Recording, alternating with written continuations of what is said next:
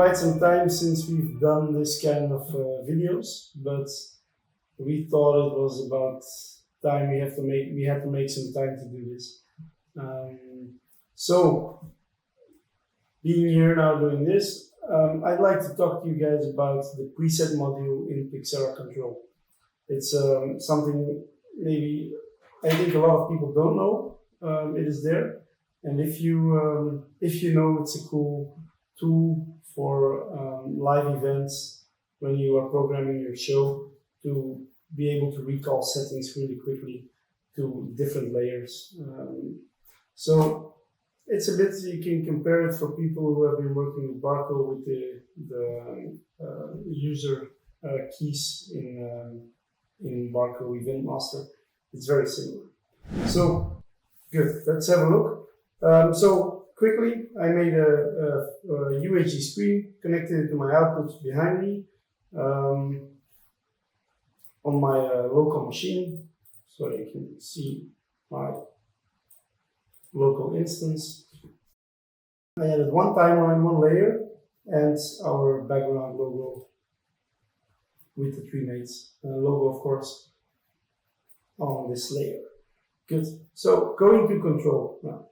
I'm going to the library and I'm going to look for the presets module. It's a standard, it's a standard feature, standard module within Pixera, so you can have it on any Pixera Control version, also Gate. When I drag it into the workspace, I can, when selecting it, I can go to the UI on the right-hand side, open it in a browser, and it will give me a lot of buttons which are programmable. This page can be loaded on your iPad, on a Windows machine, laptop, anything you have in the network, and it can be ideally something with a touch, because then you can just push it. The cool thing is the buttons that we see here are also exposed in Control, so we can also link pretty much any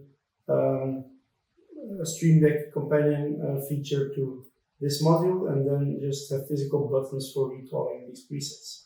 It would actually be possible if you really want to just cut between sources or just take certain stuff. It would just be possible to do it without actually building a full timeline. You can just store certain positions and keep recalling them like presets from. So let me show you how it works. So when we are here, there's a few different subparts. So first of all, we can set the opacity of a layer. We can store and recall positions of content on a layer. The sizing, rotation, there's some preset values, but you can also store extra values. We can store effects or bundled effects for a specific layer. And next to that, we can store fully bundled compositions. So I will show you also later. In this group setting, we can select layers. So this is easy for when you are not on the machine itself, then you can select the layer from here and then apply any presets to that one. Then we have the color correction setting, but to be really fair, I think there is a small issue with this one. It's giving me some errors in the log, so we have to have a look at it. I don't know exactly what is going on, but I'll report it to the Pixera guys. This is, of course, so just to note, this is a external module. It is not standard in the Pixera software suite. It is an addition to Pixera Control, so it has nothing to do with Pixera or its stability. Good. So this module. First, let me show you what I can do in my timeline and my layer. So I will just select my content, move it around, resize it, and then you know, if you know, maybe you're familiar with, so let me center it by toggling shift. You're familiar maybe with the yellow dots. Those are dominant values.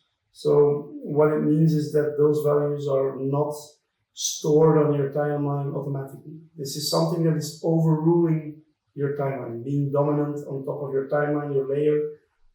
So it's the same like when we are patching our timeline on DMX, we would get in those DMX values and they would overrule our saved values and be dominant values. So the moment I press escape, all those values are gone because I haven't stored them.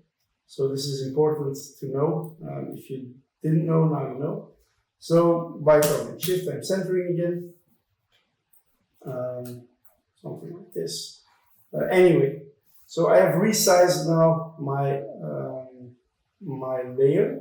So those parameters have dominant values. And when I go to my preset module, I can store size for, and now we are there already, the selected layer. So I select the layer. I can go to my module and I store the size, store the position. I can move it and maybe snap it to the left top corner, store that position, store it on the bottom right corner, and store that position. Now, when toggling those buttons, I will trigger my layer with those values that are stored in these square boxes. So this I can do the same for sizing. Let me do this again and now store the size as it is now, and then you can jump between those sizes too. So this is just for sizes. I can rotate on all axes. So maybe it is not always visible, but here you can see it on the z-axis. I can easily rotate, select those. Effects can also be stored. What is an effect? Color correction is an effect, or any effect we have here in the effects on the resources side. You see that our color correction is also there. So if I select a layer, go to the clip settings and do any color correction, say brightness, see the brightness changing, then we do it from 0 here. Brightness is changing, and I can go to my preset module, store the effects, go back here, change the brightness again, the effects, and maybe we want to, you know what, bring it also back to 0, so you can also store effects. Normally now I can change the colors, and I can also of course rename them and give them any color 1, color 2, etc. You can just rename them. Good, so this one was next. Let me start with the group settings. So first I have layer 1 selected, right? So I can store now layer 1 as a selection. What if I have a second layer now? I will call this one layer 2. Like this, and it can hold some other contents. Let me bring in this one. So layer 1, layer 2, correct?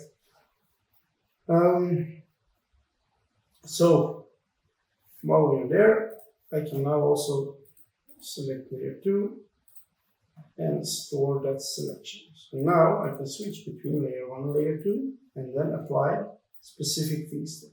So now let me select layer 1 and let me store my preset content that is now on layer 1. What I can now do is I can go to, let's say I'm just for fun, I'm going outside of this value, right? So there is right now no dominant values, nothing is active, I'm just showing content that is on layer 2. What I can do now is here, and you can see by selecting this, I can switch layers. Let me go to layer 2 and select all the settings that we stored before, and it will overrule layer 2 with all the values that we have stored here. So this means that now, if you can see it here on the layer, we have a dominant value of a piece of content with all its aspects, position, rotation, size, anything, which is now loaded on top of layer 2. When I move my time cursor and I press S, which means that I will store these values. Oh, here it is. Okay. So I can store this value here. And so everything that we have here now is stored on another layer. So this is a really, really cool feature. So guys, this was everything I could share with you about the preset module.